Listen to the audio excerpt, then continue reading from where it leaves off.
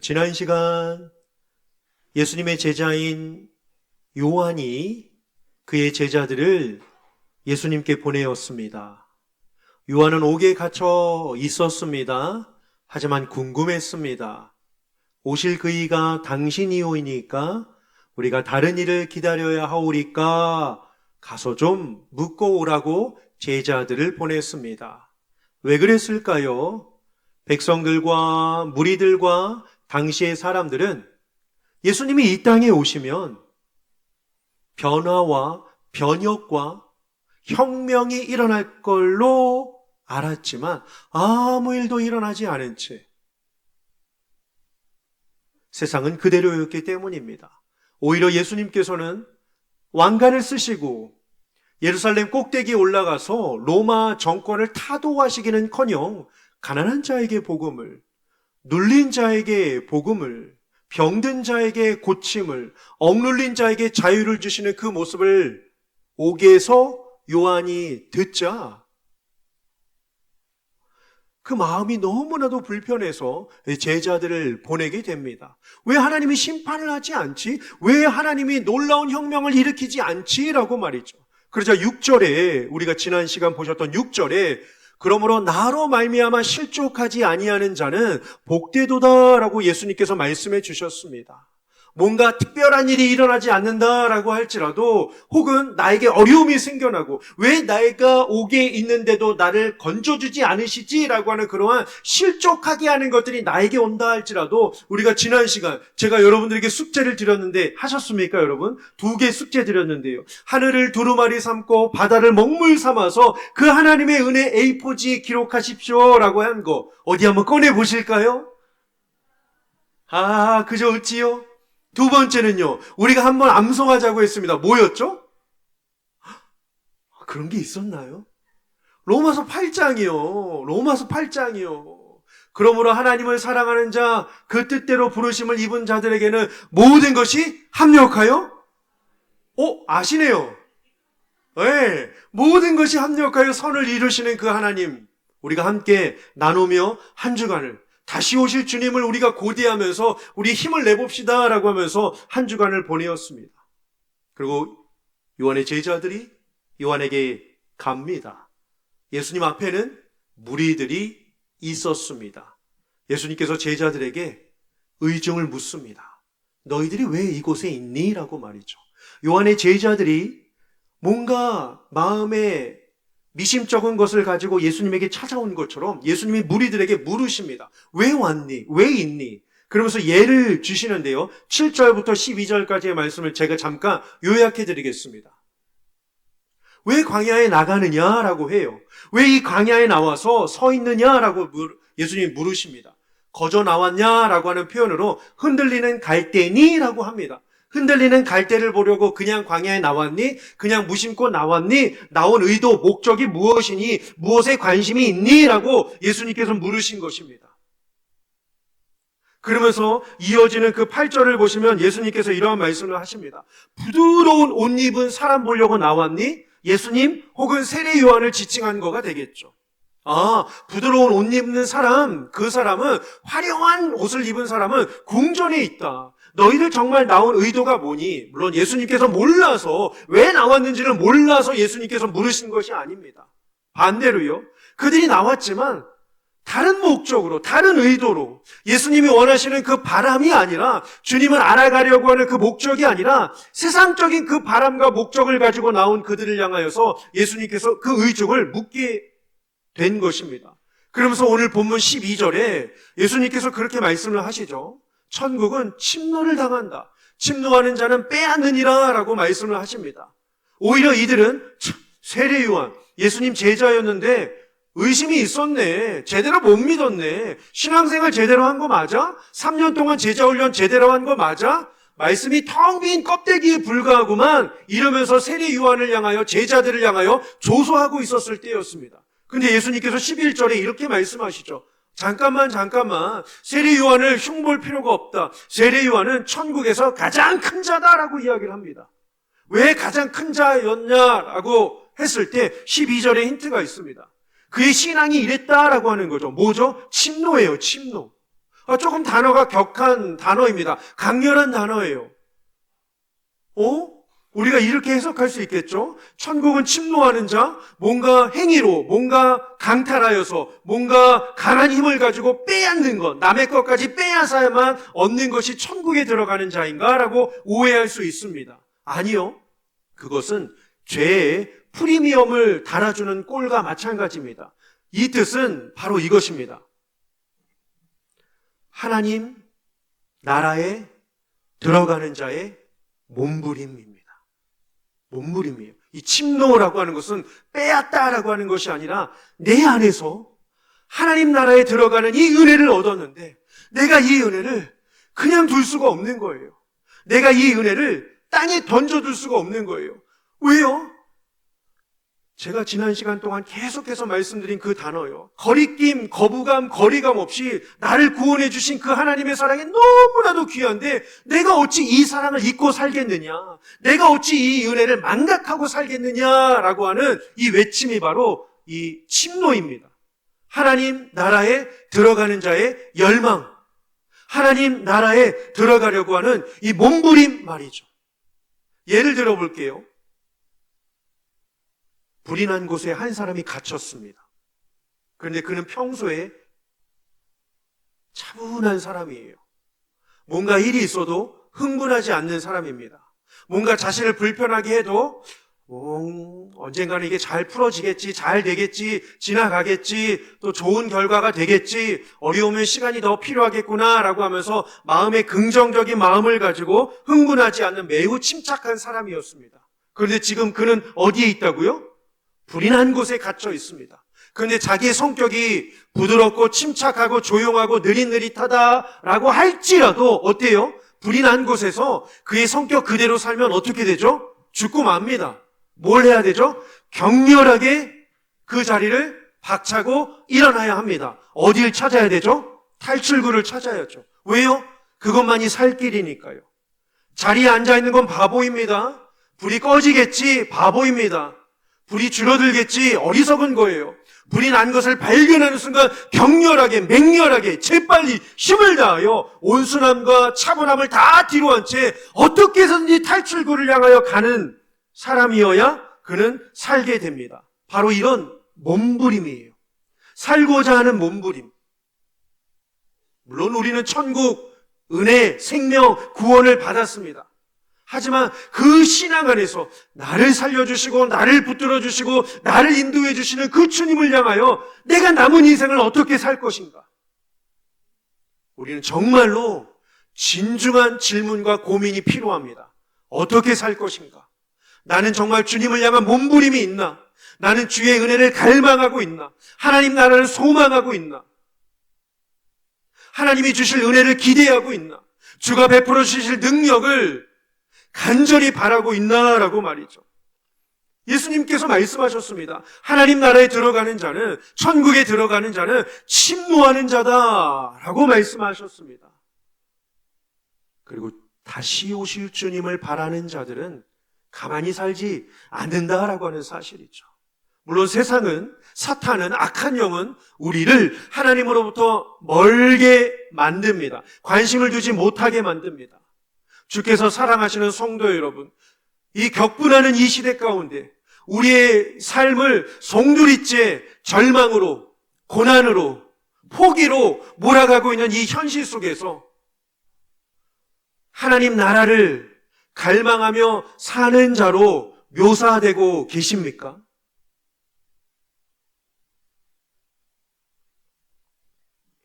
죄는 많은 모습을 드러냅니다. 그런데 많은 모습들 가운데 그 하나가 바로 무엇이냐면 나를 몸부림 없게 만들어요. 하나님을 향한 나의 모습을 몸부림 없게 만든다고요. 기대감이 없는 거죠. 어떠한 마음의 열정을 식어버리게 만듭니다. 주의 일을 열심히 하려고 하는, 주의 능력을 사모하려고 하는, 주의 은혜를 갈망하려고 하나님께서 성령을 통하여 믿음의 또 일들을 통하여 상상할 수 없는 일들, 우리 지난 시간에 나누었던 것처럼 그 에베소서 말씀처럼요, 내가 생각하는 것보다, 내가 기도하는 것보다 더 큰 능력을 이루실 주님께서 기다리고 계시는데, 베풀어 주려고 기다리고 계시는데, 나에게 언제부터인가 이 열망, 열정, 기대감이 사라져 있게 하는 이 힘, 뭐죠? 죄예요, 죄. 신앙이 없어서가 아니라, 말씀을 몰라서가 아니라, 이 죄가 나를 열망 없는 그리스도인으로, 몸부림 없는 그리스도인으로, 어떠한 기대감이 없는 그리스도인으로 만들어가고 있다라고 하는 사실입니다. 그런데 사실 이 문제는요, 요즘의 문제만이 아닙니다.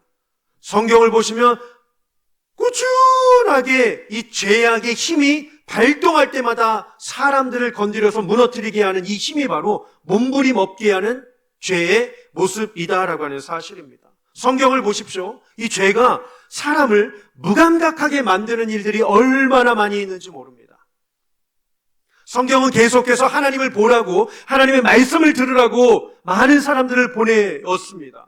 구약의 대표적인 인물이 노아입니다. 노아, 창세기 6장, 7장, 8장에 등장하는 노아입니다. 그는 의인이요 당대의 완전한 자라라고 하나님 앞에 인정을 받은 자였습니다. 그런데 세상을 보니 어때요? 하나님의 진노를 피할 길이 없을 만큼 창세기 6장 5절은 그들의 죄악이 세상에 관영함이라 그들의 마음이 생각하는 것들이 다 악한지라라고 말씀하고 있습니다. 이 하나님은 물로서 이들을 심판하시려고 작정하시며 노아에게 한 가지를 만들라고 명령하십니다. 뭐죠? 뭐죠? 뭘 만들라고 하시죠? 집, 성, 뭐죠? 방주요. 배, 방주입니다. 그 방주를 짓는 동안 하나님의 경고를 계속해서 선포하게 하셨습니다. 여러분, 물로 심판하실 하나님이 곧 오십니다. 회개합시다. 그 진노를 피하기 위하여 이 임박한 환란의 주님을 만납시다. 하나님께로 돌아오십시오라고 하면서 노아는 외쳤습니다. 산 꼭대기에 방주를 건조하였습니다. 하지만 지나가는 사람들은 모두가 다 어때요? 무관심. 그렇죠? 무관심. 관심이 없어요. 오히려 방주를 짓는 노아를 향하여, 그렇죠, 듣지 않았습니다. 관심을 두지 않았습니다. 여러분, 노아가 방주를 몇 년 동안 짓죠? 몇 년 동안이요? 120년이요. 감사합니다, 배장로님.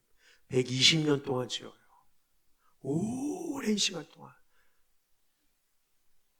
시간이 지나가면 지나갈수록 사람들의 반발, 무관심, 조롱, 야유 거세지지 않았겠습니까? 하지만 하나님은 말씀하신 대로 심판하셨습니다. 창세기 6장을 보시면 제일 마지막 구절이 은혜가 돼요. 뭐라고 합니까? 노아는 하나님의 말씀대로 다 준행하였더라 라고 합니다. 하지만 세상 사람들은 무관심이었습니다. 결국 몇 명만 방주에 들어가죠? 1번 7명, 2번 8명, 3번 9명. 몇 명이죠? 몇 명이요? 그렇죠. 어떻게 하셨어요? 8명만 방주에 들어가고 다 물로 심판을 당하게 됩니다. 왜요? 죄가 무관심하게 만드는 거예요. 읽지는 않았지만 여러분 17절을 보시면 아이들이 피리를 불어도 반응하지 않고 춤을 추지 않는데요. 언제요? 16절을 보시면 예수님이 사는 그 세대라고 하셨어요. 지금만이 아니에요. 몸부림 없는 이 세상의 모습은 지금만이 아니라 16절, 17절을 보시면 예수님께서 이 세대를 무엇에 비유했고 아이들이 피리를 불어도 춤추지 아니하며 울어도 곡하지 아니하고 아무 관심이 없대요. 주님이 오시건 심판이 오건 하나님의 은혜가 기다리건 하나님의 경고가 있건 아무 관심이 없다고 합니다. 몸부림 없는 이러한 모습, 죄의 힘이 얼마나 강력한지 몰라요. 또요, 23절과 24절에 등장하고 있는 소돔과 고모라도 마찬가지 아닙니까? 소돔과 고모라의 주인공은 누구죠? 롯이에요. 롯은 하나님의 말씀을 듣고 경고했습니다. 설교했습니다. 심판을 이야기했습니다. 하지만 세상 사람들은 그의 이야기를 일소로 이야기했습니다. 하찮은 것으로 여겼단 말이죠. 심지어 누구까지냐면요, 창세기 19장 14절을 화면을 한번 보실까요? 롯이 나가요. 딸들과 결혼할 사이들에게 말을 합니다. 야야야, 여호와께서 이 성을 멸하실 것이다. 우리 나가야 한다. 떠나가야 한다. 일어나자라고 이야기를 합니다. 이곳에서 떠나라 라고 하죠. 마지막 줄, 그의 사위들은 뭐라고 하죠? 말도 안 되는 소리, 말도 안 되는 소리. 이렇게 물이 번창한데요. 이 사막에, 이 광야에 물이 이렇게 계곡마다 흐르는데요. 먹을 것이 있는데요. 여기보다 비옥한 것이 어디 있습니까? 무슨 메마름이 오고 가뭄이 오고 심판이 오고 저주가 옵니까? 안 떠나요. 농담으로 여깁니다. 그때만이었을까요? 아니요. 예수님 당시에도 마찬가지였습니다. 성경에 많은 기적과 이적이 있습니다. 예수님께서 오병이어로 5,000명을 먹이셨습니다. 물고기 2마리와 보리떡 5개로 말이죠. 남자만 5,000명, 12바구니를 남기셨습니다. 그리고 나서 예수님께서 교훈을 주셔요. 장차 내가 너희를 위하여 죽을 터인데 죽고 난 이후에 내가 올 때까지 나를 기념하라 라고 하면서 떡을 주시면서 내 몸이라, 잔을 주시면서 너희를 위하여 흘리는 나의 언약의 피니라 나를 기념하라 라고 예수님께서 성찬을 베풀어 주셨습니다. 제자들에게요. 다시요. 제자들에게요. 다시요. 제자들에게요. 그런데 이게 웬일입니까? 요한복음 6장 60절입니다. 제자 중 여럿이 듣고 말하되 무슨 말이지? 예수가 죽는다고? 다시 온다고? 죽은 사람이 살아난다고? 떡을 먹으면서 자신을 기억하라고? 잔을 마시면서 자신이 오실 것을 기다리라고? 무슨 말이야? 무리가 아니에요. 이방, 모압, 암몬 사람들이 아닙니다. 제자 중 여럿이 뭐예요? 관심이 없는 거죠. 관심이 없는 거예요. 무슨 말하는지 알아들을 수 없도다라고 합니다. 여기서 멈추면 그나마 다행이겠죠. 왜요? 좀 더 알려고 예수님을 붙잡았을 테니까요. 근데 가슴 아픈 일들이 일어납니다. 뭔지 아십니까? 66절이에요. 그때부터 그의 제자 중에서 많은 사람이 떠나가고 관심이 없으니까요. 떠나갑니다. 다시 그와 함께 다니지 아니하더라라고 합니다. 죄가 이만큼 무섭습니다. 하나님께 관심을 두지 못하게 하는 이 죄. 비단 이 죄는 이때만의 모습이 아닙니다. 지금 21세기를 살아가고 있는 우리들에게 나타나고 있는 이 무관심, 냉대, 냉담, 냉소 아니겠습니까? 지식은 올라갑니다. 능력은 채워집니다. 하지만 지식이 채워질수록 그 지식을 갖고 있다라고 하는 자부심 때문에, 능력을 알고 있다라고 하는 그 실력 때문에, 기술을 잘 알고 있다라고 하는 경험 때문에, 경험이 있다라고 하는 노하우 때문에 하나님께 관심을 두지 않습니다. 복음을 반가워하지 않습니다. 자기가 아는 것이 최고라고 합니다. 자기의 지식이 뛰어나다라고 합니다. 자신의 경험이 탁월하다고 합니다. 그러니 현대인들은 하나님을 제쳐놓고 삽니다. 여러분 보세요. 복음에 관심이 없고 하나님을 제쳐놓고 살면 어떠한 일이 일어나는지 아십니까? 지금 이 시대죠. 미래를 생각하지 않게 됩니다. 미래를 안중에 두지 않는다고요.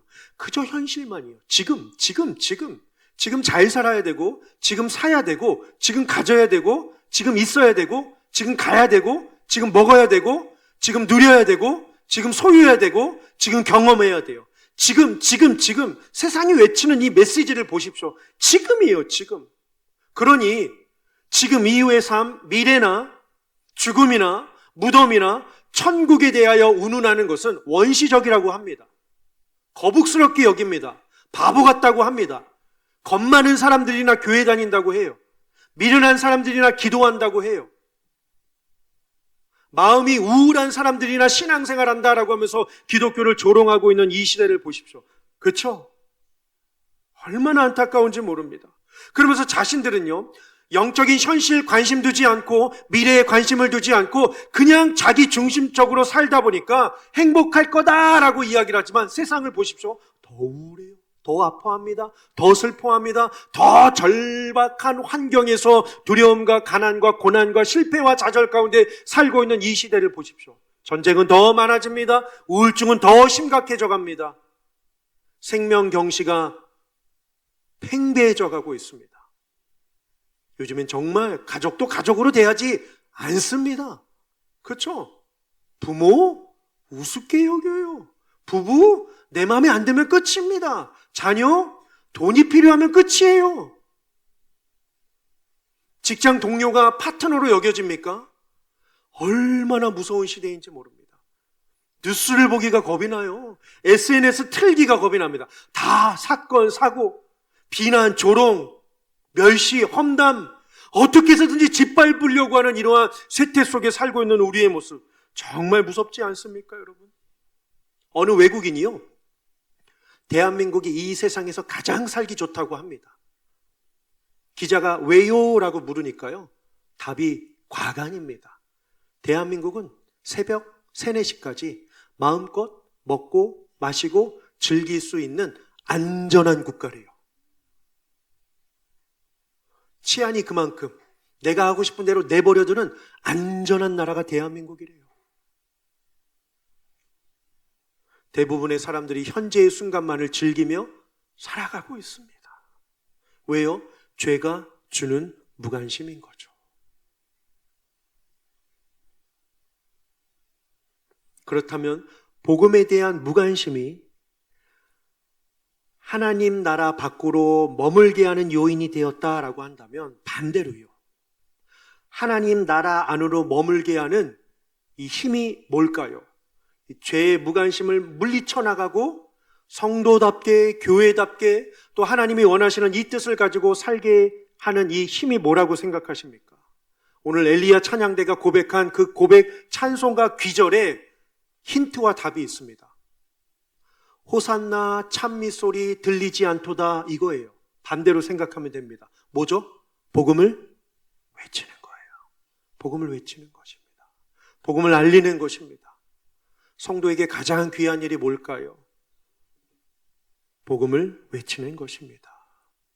천국을 침노하는 자로 만들 수 있는 것. 여러분 보세요. 세례 요한, 예수님의 공통점이 뭡니까? 광야에서 외치는 자의 소리였습니다. 우리도 마찬가지예요. 이 시대를, 또 우리의 가정을, 우리의 삶을, 내 심령을 변화시키고 성숙하게 할 수 있는 것은 복음을 외치는 것밖에 없습니다. 예수님과 세례 요한이 외친 공통점이 있습니다. 누가복음 3장 9절입니다. 같이 한번 읽어보실까요? 시작. 이미 도끼가 나무 뿌리에 놓였으니 좋은 열매 맺지 아니하는 나무마다 지켜 불에 던져지리라. 아멘. 시간 문제입니다. 찍히는 건 시간 문제예요. 불에 던져지는 것 시간 문제입니다. 이 메시지 때문에 어떤 이들은 남은 인생을, 천국을 침노하며 주님을 바라보며 관심을 갖고 평생을 살았습니다. 그러니 히브리서 12장에서요, 누구는 톱에 켜이기도 하며, 누구는 짐승의 밥이 되기도 하며, 누구는 목이 잘린 채로 삶을 마감하기도 하며, 누구는 다가오실 예수님을 만나지 못하였음에도 불구하고 믿음을 가진 자로다라고 성경이 고백하고 있는 것 아니겠습니까, 여러분? 하나님이 우리를 왜 이 땅에 보내셨을까요?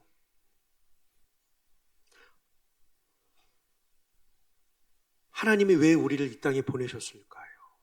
1차적으로는 관심이 있으니까 보내셨겠죠.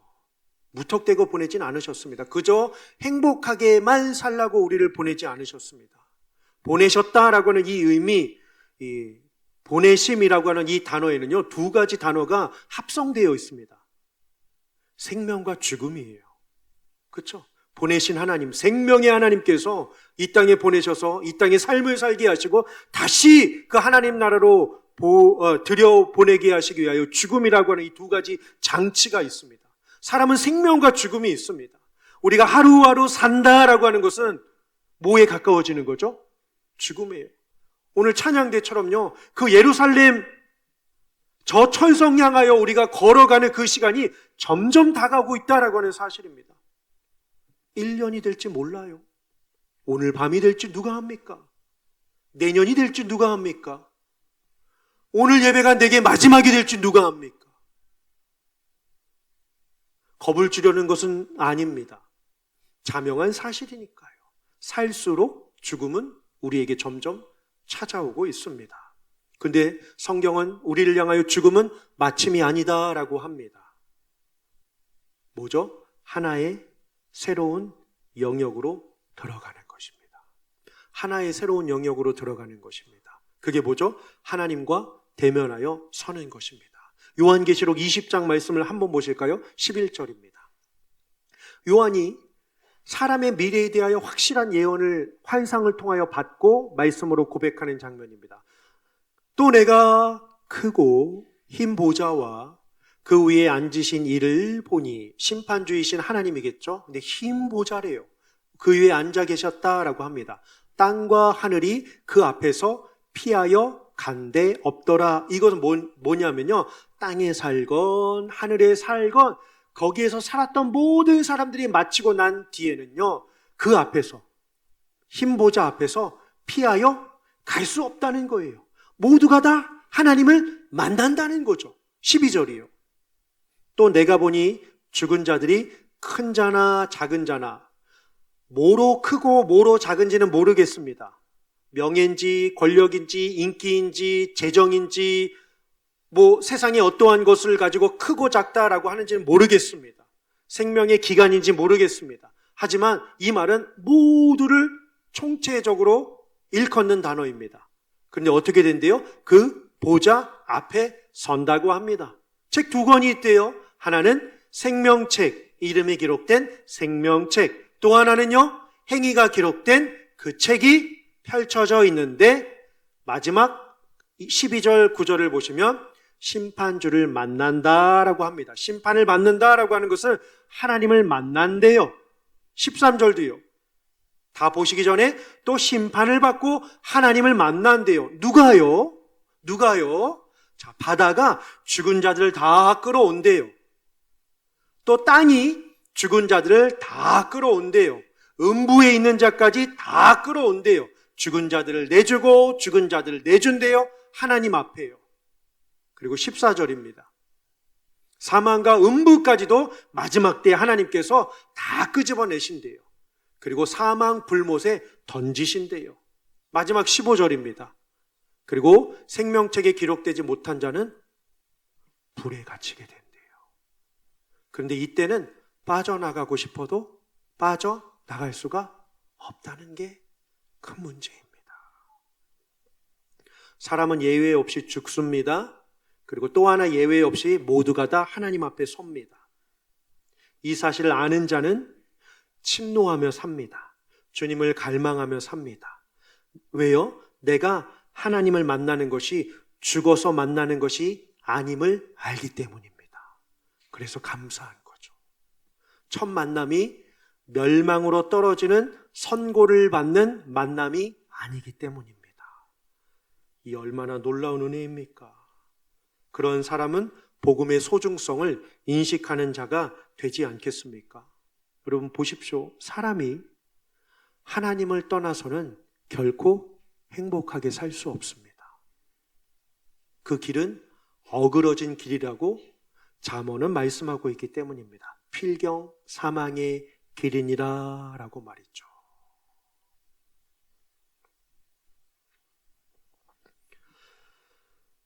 여러분이 불 속에 갇혀 있다는 위험을 직시하면 누구나 탈출구를 찾습니다. 마찬가지로 주님이 나를 위하여 무엇을 하셨는지를 알면 내게 몸부림이 일어날 수밖에 없습니다. 주님이 무엇을 하셨습니까? 하나님과 올바른 관계를 맺기 위하여 내게 오셨습니다. 그 길이 쉬운 길이 아닌데 몸부림치시면서 내게 오셨습니다. 지금 제가 저에게 오셨습니다라고 하니까 여러분들이 아멘을 잘 안 하시는 것 같은데, 자, 다시 할게요.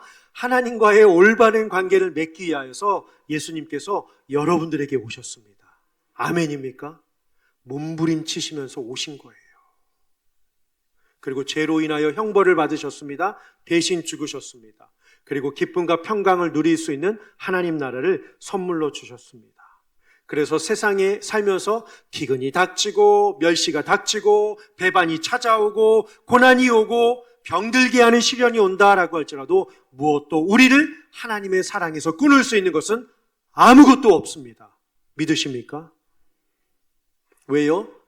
죄를 안 지어서가 아닙니다. 하나님의 영원한 몸부림의 사랑이 저와 여러분들을 향하여 지금도 일하고 계시기 때문입니다. 이렇게 한번 생각해 보시겠습니까? 하나님의 우선순위가 나다. 왜? 하나님의 우선순위가 나래요. 다시요. 하나님의 우선순위가 여러분들이래요. 오늘 살짝 좀 이렇게 횡강처럼 탁탁탁탁 이렇게 하나님의 우선순위가 여러분들이라고 하십니다.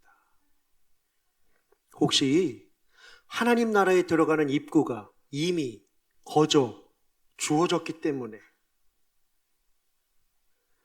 하나님을 향하여 몸부림 없는 삶을 살고 계시지는 않으십니까?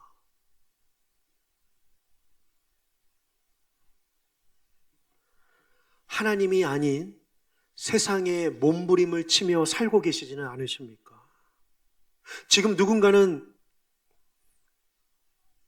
여전히 불이 난 곳에서 비상구조차 찾지 못하고 화마의 목숨을 잃어가는데 혼자만 나가시겠습니까? 혼자만.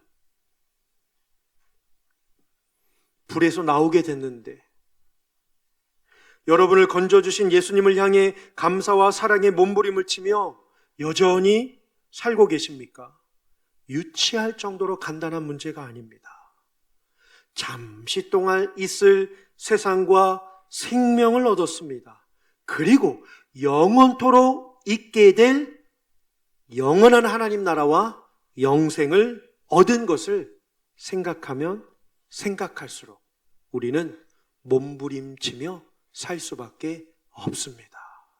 주께서 사랑하시는 성도 여러분, 이에 끝날까지 주 예수보다 더 귀한 것 없습니다 라고 하는 신앙의 아름다운 몸부림으로 승리하시는 저와 여러분들 되시기를 주님의 이름으로 축원합니다. 기도하시겠습니다.